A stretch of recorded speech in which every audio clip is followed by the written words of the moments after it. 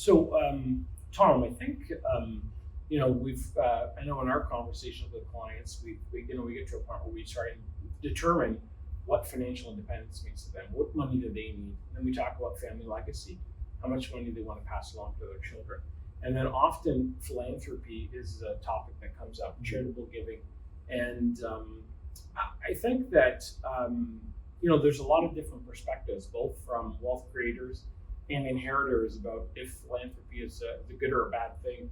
Do you have any kind of best practices about how we can approach that? Or? Well, let me answer the question this way. When I'm speaking inside family meetings to high performance families that have created wealth and have a multi-generational track record of transitioning it effectively, I see that philanthropy is kind of the high water mark of success. That it is a centerpiece of their family meeting process. So once they get through updating wills, talking about living gifts, talking about transparency and revealing who gets what, when, and how, after they get through the governance issue, they really settle into kind of maintenance mode. And the big chunk of the maintenance mode is philanthropy. So the families are gathering inside their family meeting, allocating a certain amount of money and bringing the family together and saying, how do we want to disperse this? And in the book, in The Happy Inheritor, I describe a process, a family meeting, where they bring in charities, much like Dragon's Den or Shark Tank. And these charities will pitch the family. Okay. And these are competitive charities. Like there's going to be a winner and there's going to be a loser. There's going to be two losers, one winner. And they're pitching the family. And then the charity gets kicked out and they bring in another one. They pitch. They do this 3 times.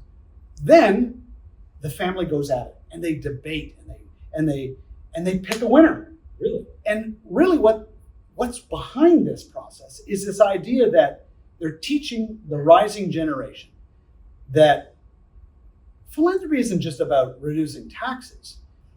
The decision to support one charity over another, a winner and a loser, bakes in this idea that we don't give away money.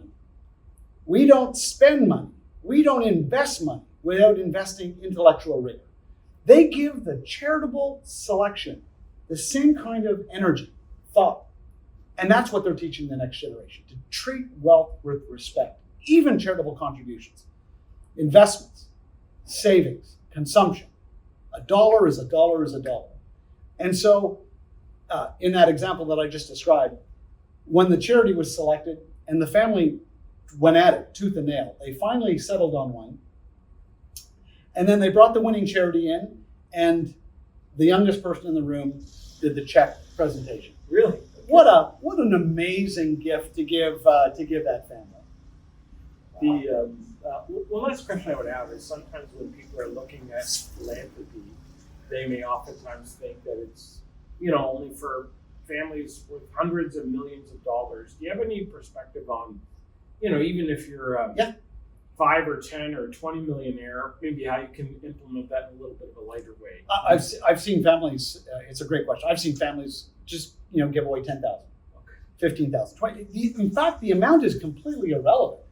To watch a 7-year-old give a check for $10,000 to a charity, and to watch them, that's a staggering amount of money. But do you see how young families are starting to teach their children about money and investing and charity and the obligations and the duty that comes with inherited wealth? That is a good example of that. So the amount is irrelevant. Well said.